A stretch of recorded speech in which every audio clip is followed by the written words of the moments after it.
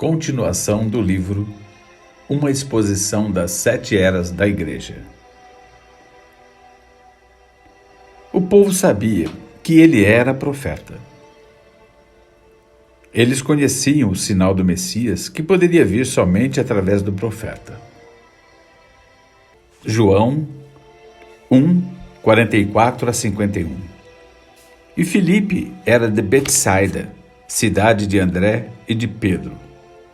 Filipe achou Natanael e disse-lhe: Havemos achado aquele de quem Moisés escreveu na lei e os profetas, Jesus de Nazaré, filho de José. Disse-lhe Natanael: Pode vir alguma coisa boa de Nazaré? Disse-lhe Filipe: Vem e vê.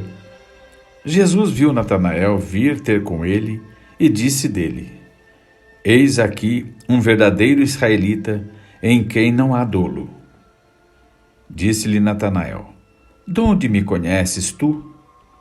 Jesus respondeu e disse-lhe: Antes que Filipe te chamasse, te vi eu, estando tu debaixo da figueira. Natanael respondeu e disse-lhe: Rabi, tu és o Filho de Deus, tu és o Rei de Israel. Jesus respondeu e disse-lhe: Por que te disse, vi-te debaixo da figueira, crês? Coisas maiores do que estas verás. E disse-lhe: na verdade vos digo que daqui em diante vereis o céu aberto e os anjos de Deus subirem e descerem sobre o Filho do Homem. A habilidade de discernir os pensamentos do coração em homens fez os eleitos de Deus compreenderem que aqui estava o Messias, a palavra de Deus ungida. Hebreus 4:12. Porque a palavra de Deus é viva e eficaz, e mais penetrante do que espada alguma de 2 gumes, e penetra até a divisão da alma e do espírito, e das juntas e medulas, e é apta para discernir os pensamentos e intenções do coração. Quando a mulher junto ao poço o ouviu discernir os pensamentos do seu coração, ela o reconheceu como profeta, declarando que o Messias seria conhecido por essa grande habilidade. João 4, de 7 a 26. Veio uma mulher de Samaria tirar água. Disse-lhe Jesus: Dá-me de beber.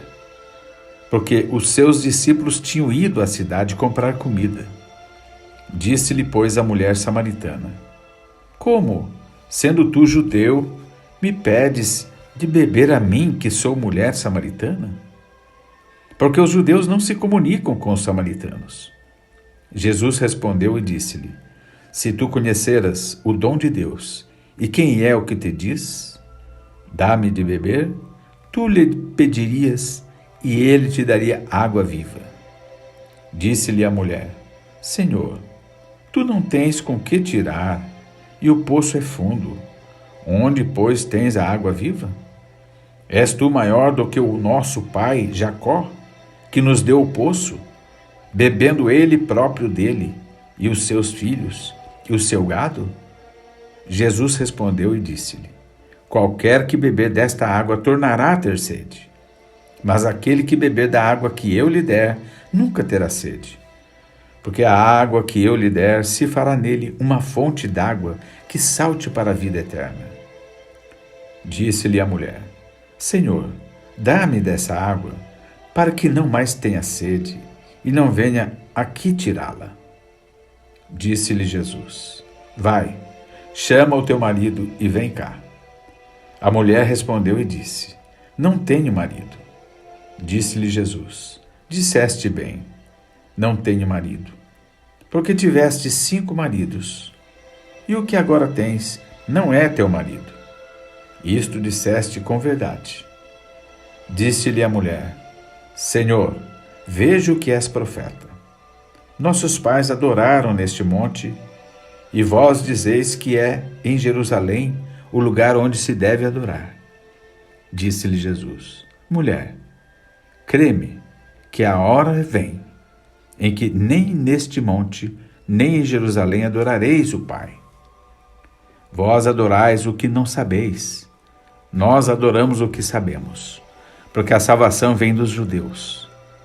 Mas a hora vem, e agora é, em que os verdadeiros adoradores adorarão o Pai em espírito e em verdade, porque o Pai procura a tais que assim o adorem. Deus é espírito, e importa que os que o adorem em espírito e em verdade. A mulher disse-lhe: Eu sei que o Messias, que se chama o Cristo, vem. Quando ele vier, nos anunciará tudo. Jesus lhe disse: Eu o sou, eu que falo contigo. Apocalipse 15, 3 diz: E cantavam o cântico de Moisés, servo de Deus, e o cântico do Cordeiro, dizendo: Grandes e maravilhosas são as tuas obras, Senhor Deus Todo-Poderoso. Justos e verdadeiros são os teus caminhos, ó Rei dos Santos. Você vê isto?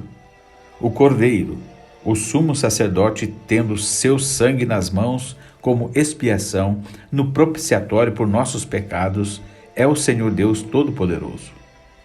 Esse é o seu atual ofício. Isso é o que ele está fazendo agora, apresentando seu sangue em defesa de nossos pecados. Mas um dia, esse cordeiro se tornará o leão da tribo de Judá.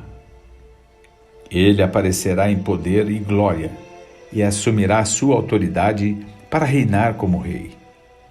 Ele é o futuro rei desta terra. É claro, isso não quer dizer que ele não seja rei agora, pois ele é nosso rei, Rei dos Santos. É um reino espiritual no momento. Não é deste sistema mundial, assim como nós não somos deste mundo. Essa é a razão por que agimos diferentes do mundo. Nossa cidadania está no céu. Nós refletimos o espírito do mundo, de nosso renascimento, onde Jesus é o Rei. É por isso que nossas mulheres não se vestem com roupas de homens, ou cortam seus cabelos, ou usam todos esses cosméticos e outras coisas que o mundo quer tanto. É por isso que nossos homens não bebem e fumam e comportam-se pecaminosamente. Nosso domínio é o domínio sobre o pecado e está em vigor através do poder que está no Espírito de Cristo, o qual habita em nós. Cada reino na terra vai ser destruído, mas o nosso permanecerá.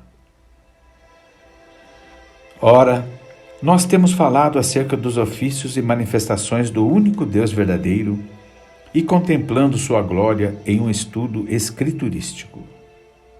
Mas ele não é para ser conhecido intelectualmente. Ele é conhecido espiritualmente por revelação espiritual. Este mesmo ser que foi conhecido como Jesus, segundo a carne, voltou à coluna de fogo. Mas ele prometeu que viria novamente e habitaria entre seu povo através do Espírito. E no dia de Pentecostes, aquela coluna de fogo desceu e separou-se em línguas de fogo sobre cada um deles. O que estava fazendo Deus?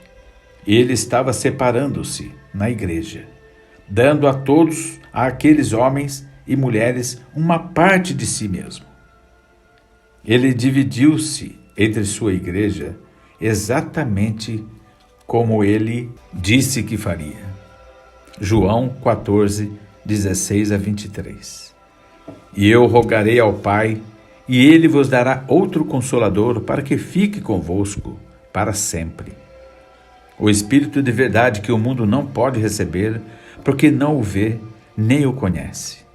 Mas vós o conheceis, porque habita convosco e estará em vós. Não vos deixarei órfãos, voltarei para vós. Ainda um pouco e o mundo não me verá mais, mas vós me vereis, porque eu vivo e vós vivereis. Naquele dia conhecereis que estou em meu Pai, e vós em mim, e eu em vós. Aquele que tem os meus mandamentos e os guarda, esse é o que me ama. E aquele que me ama será amado de meu Pai. E eu o amarei, e me manifestarei a ele. Disse-lhe Judas, não Iscariotes: Senhor, de onde vem que te hás de manifestar a nós e não ao mundo?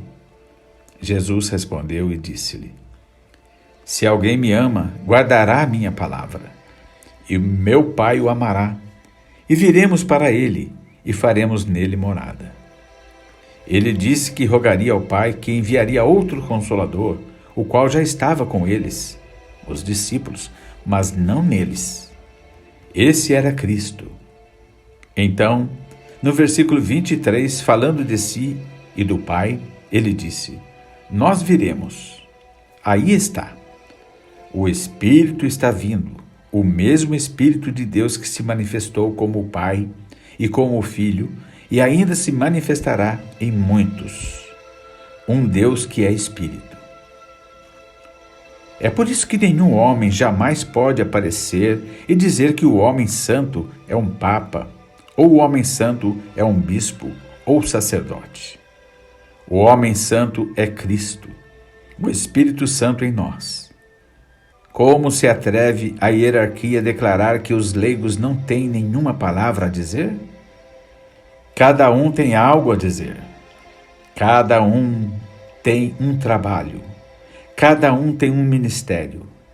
O Espírito Santo veio no Pentecostes e separou-se sobre cada um, para que se cumprisse o que Cristo dissera.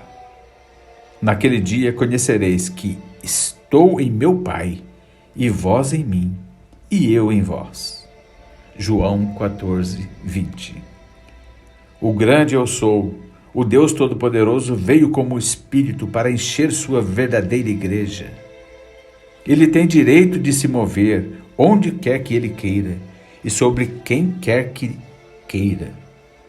Nós não consideramos nenhuns homens santos entre nós, mas toda a verdadeira congregação do Senhor é santa, por causa da presença do Espírito Santo. É Ele, o Espírito Santo, que é santo, não a congregação em si mesma. Agora, essa é a revelação. Jesus Cristo é Deus. O Jeová do Velho Testamento é o Jesus do Novo. Não importa quanto você tente, você não pode provar que há 3 deuses. Porém, é também necessário uma revelação pelo Espírito Santo para fazê-lo compreender a verdade de que ele é um. É necessário uma revelação para ver que o Jeová do Velho Testamento é o Jesus do Novo. Satanás entrou furtivamente na igreja e cegou as pessoas para esta verdade. E quando elas foram cegadas para isto, não demorou muito, até que a igreja de Roma parasse de batizar em nome do Senhor Jesus Cristo. Eu admito que é necessária uma verdadeira revelação do Espírito Santo para ver a verdade sobre a divindade nestes dias quando nós estamos no meio da perversão de tanta escritura. Mas a igreja prevalecente e vencedora está edificada sobre a revelação. Por essa razão, podemos esperar que Deus revele sua verdade para nós.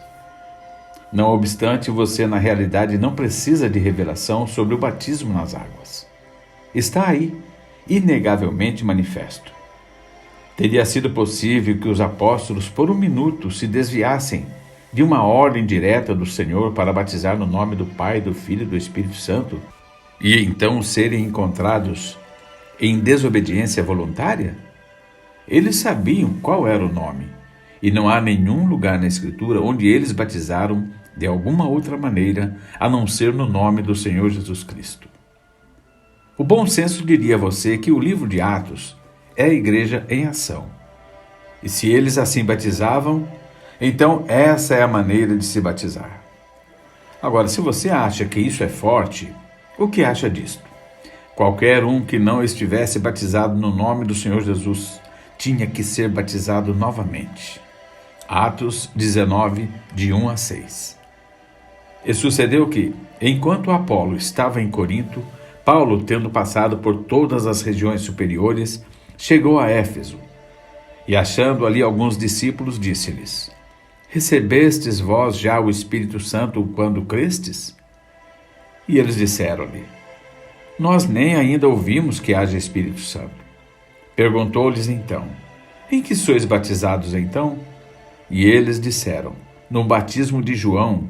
Mas Paulo disse: certamente João batizou com o batismo do arrependimento, dizendo ao povo que cresce no que após ele havia de vir, isto é, em Jesus Cristo. E os que ouviram foram batizados em nome do Senhor Jesus. E impondo-lhes Paulo as mãos, veio sobre eles o Espírito Santo, e falavam línguas e profetizavam. Aí está. Estas boas pessoas, em Éfeso, tinham ouvido sobre o Messias que viria. João tinha pregado sobre ele. Eles eram batizados para arrependimento de pecados, olhando à frente para crer em Jesus. Porém agora era hora de olhar para trás, para Jesus, e ser batizado para perdão de pecados. Era hora de receber o Espírito Santo. E quando eles foram batizados no nome do Senhor Jesus Cristo, Paulo impôs-lhes as mãos e o Espírito Santo veio sobre eles.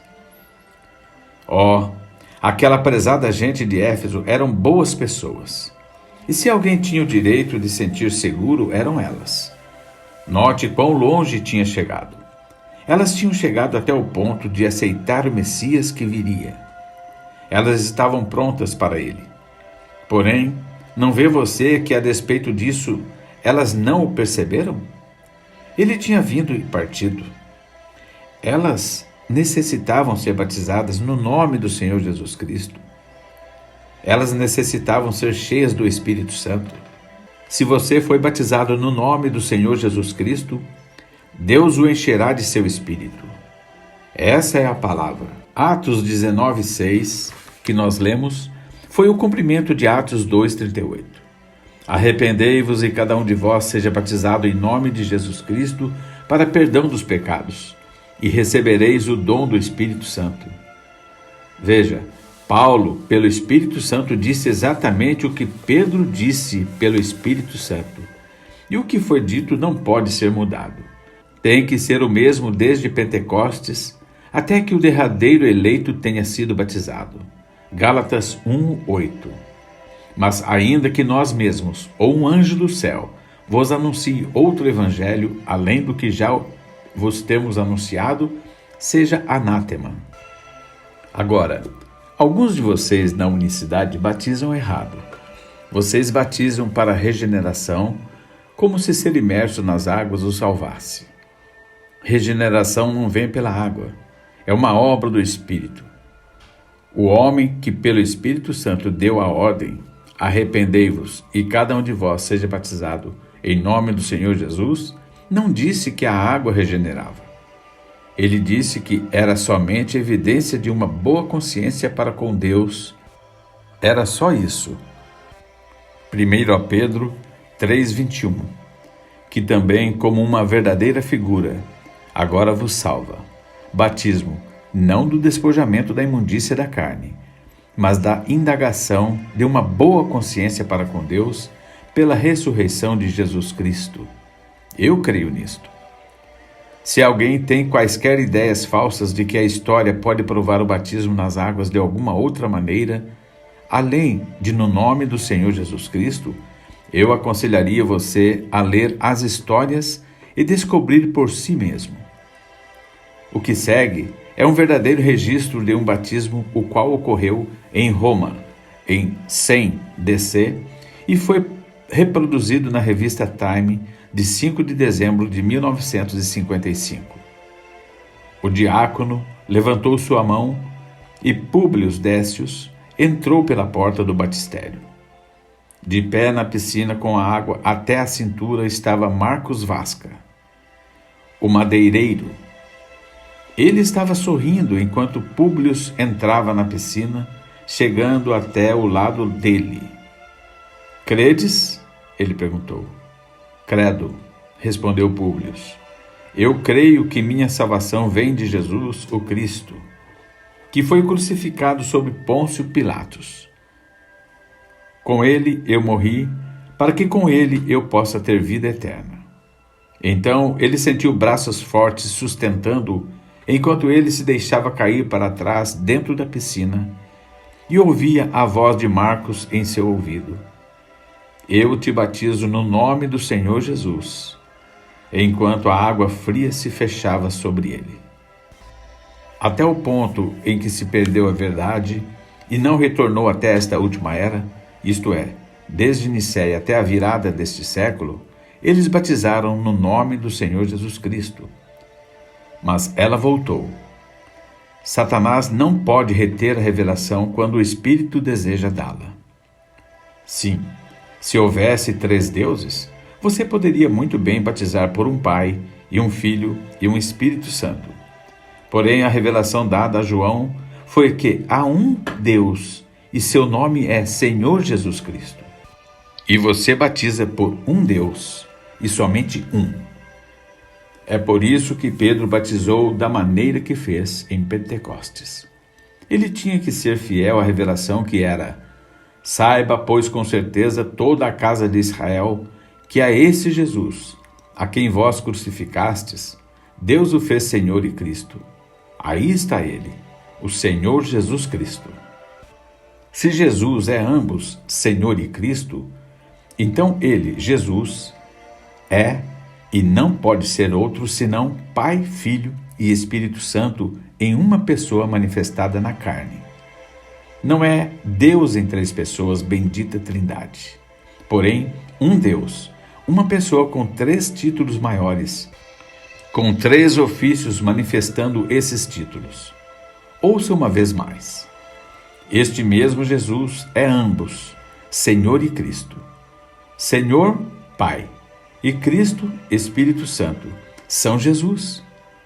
Pois ele, Jesus, é ambos, Senhor e Cristo. Se isso não nos mostra a verdadeira revelação da divindade, nada o fará. Senhor não é um outro. Cristo não é um outro.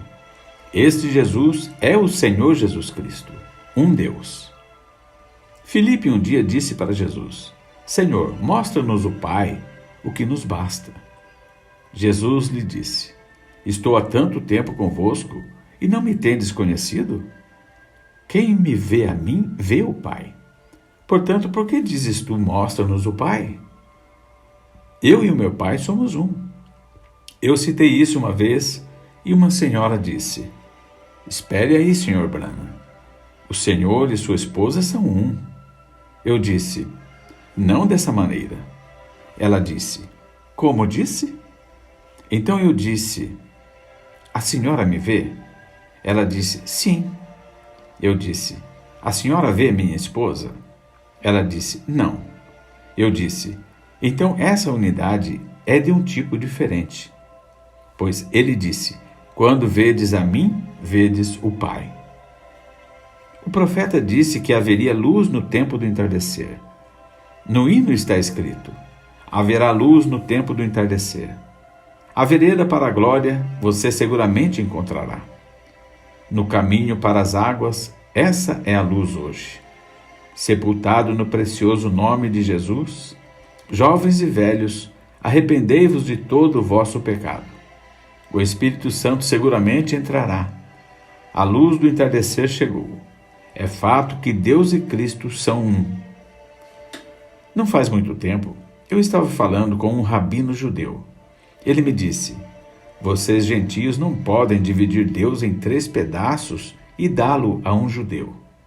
Nós sabemos que não é assim. Eu lhe disse: É exatamente este ponto, rabino. Nós não dividimos Deus em 3 pedaços. O senhor crê nos profetas, não crê? Ele disse: Certamente que creio. O senhor crê em Isaías 9:6? Sim. De quem o profeta estava falando? Do Messias. Eu disse: Que relação terá o Messias com Deus? Ele disse: Ele será Deus. Eu disse: Isto é correto. Amém. Você não pode colocar Deus em 3 pessoas ou 3 partes. Você não pode dizer a um judeu que há um Pai e um Filho e um Espírito Santo. Ele lhe dirá imediatamente de onde veio essa ideia. Os judeus sabem que este credo foi estabelecido no Concílio de Nicéia. Não é de admirar que eles escarneceram de nós como pagãos. Nós falamos sobre um Deus que não muda.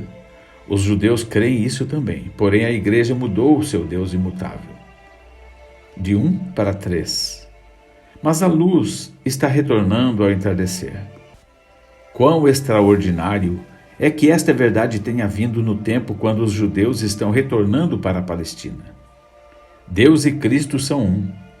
Este Jesus é ambos, Senhor e Cristo. João teve a revelação, e Jesus era a revelação. E ele apresentou-se bem aqui na Escritura. Eu sou aquele que era, que é e que há de vir, o Todo-Poderoso. Amém. Se a revelação está além do seu alcance, olhe para cima e busque a Deus para isto. Essa é a única maneira em que você vai alguma vez obtê-la. Uma revelação tem que vir de Deus. Nunca vem por dons naturais humanos, porém por dádiva espiritual. Você pode até mesmo memorizar a Escritura e ainda que isso seja maravilhoso, isso não servirá. Tem que ser uma revelação de Deus. Diz a palavra que ninguém pode dizer que Jesus é o Cristo a não ser pelo Espírito Santo. Você tem que receber o Espírito Santo e depois, e só depois, pode o Espírito dar-lhe a revelação que Jesus é o Cristo, Deus, o ungido. Ninguém sabe as coisas de Deus senão o Espírito de Deus, e aquele a quem o Espírito de Deus as revela. Nós precisamos pedir a Deus por revelação mais do que qualquer outra coisa no mundo. Temos aceitado a Bíblia, temos aceitado as grandes verdades dela, mas isto ainda não é real para a maioria das pessoas, porque a revelação dada pelo Espírito não é esta ali. A palavra não foi vivificada. A Bíblia diz em 2 Coríntios capítulo 5, versos 21, que temos nos tornado a justiça de Deus pela nossa união com Jesus Cristo. Você entendeu isto? Diz que somos a própria justiça do próprio Deus por estarmos em Cristo. Diz que ele, Jesus, tornou-se pecado por nós. Não diz que ele tornou-se pecador, mas tornou-se pecado por nós, para que por nossa união com ele pudéssemos nos tornar a justiça de Deus. Se nós aceitamos o fato, e devemos, de que ele literalmente tornou-se pecado por nós através de sua substituição por nós, então devemos também aceitar o fato de que nós, através de nossa união com ele, temos nos tornado a própria justiça de Deus. Rejeitar um é rejeitar o outro. Aceitar um é aceitar o outro. Agora, nós sabemos que a Bíblia diz isso. Não pode ser negado. Mas está faltando a revelação disso. Não é real para a maioria dos filhos de Deus. É apenas um bom versículo na Bíblia. Mas precisamos tê-lo vivificado para nós. Isso exigirá revelação. Deixe-me mencionar algo aqui que não só surpreenderá você, mas também o ajudará. Dificilmente há um estudante que não crê que o Novo Testamento era originalmente na língua grega. Todos os nossos grandes estudantes da Bíblia têm dito que Deus deu ao mundo 3 grandes nações com 3 grandes contribuições em benefício do Evangelho. Ele deu os gregos que legaram uma língua universal. Ele nos deu os judeus que nos legaram uma verdadeira religião e um verdadeiro conhecimento de Deus através do Salvador. Ele nos deu os romanos que nos legaram um império unificado com legislação e um sistema de estradas de rodagem. Assim, nós temos a religião verdadeira, a língua para expressá-la a muitas pessoas e o governo, e estradas para difundi-la fisicamente. E historicamente falando, isto parece ser exatamente correto. E hoje, nossos eruditos do grego dizem que a língua grega dos dias da Bíblia é tão perfeita e exata que se estudante do grego for um refinado e preciso gramático, ele pode verdadeiramente saber com exatidão o que a palavra do Novo Testamento ensina. Mas não é isto somente uma teoria? Isto é verdade? Não é verdade que cada romano erudito do grego e de uma denominação contesta outro estudante de outra denominação, e não é verdade que seus argumentos são baseados em idênticas palavras gregas e idênticas regras de gramática? Certamente é dessa maneira que é. Mesmo lá atrás, na era de Pérgamo, um pouco antes do Concílio de Nicéia, em 325, houve dois grandes estudantes, Ário e Atanásio, que ficaram travados em combates doutrinários sobre uma palavra grega. Tão intenso e tão universal tornou-se o seu debate que historiadores disseram que o mundo ficou dividido por causa de um ditongo, o som de duas vogais numa única sílaba. Agora, se o grego é tão perfeito e tão preceituado por Deus, por que houve tal disputa? Certamente Deus não pretendia que todos nós soubéssemos o grego. Hoje mesmo, estamos tendo discussões a respeito do grego. Tomo, por exemplo, o livro A Igreja Paralisada de Cristo, radiografada pelo Dr. McCrossan. Nele, ele apresenta numerosas citações de muitos renomados gramáticos do grego e prova para sua própria satisfação que as inalteráveis regras de gramática grega mostram conclusivamente que a Bíblia ensina que um homem é batizado com o Espírito Santo subsequentemente ao renascimento. Ele também afirma categoricamente que mulheres podem assumir o púlpito porque a palavra profetizar significa pregar. Mas ele convenceu outros estudantes do grego que são tão aptos quanto ele? Jamais. Tudo o que você tem a fazer é ler aqueles estudantes que defendem o ponto de vista oposto e ouvir suas eruditas citações. Agora, não somente é verdade o que acabei de dizer, mas vamos um passo mais adiante.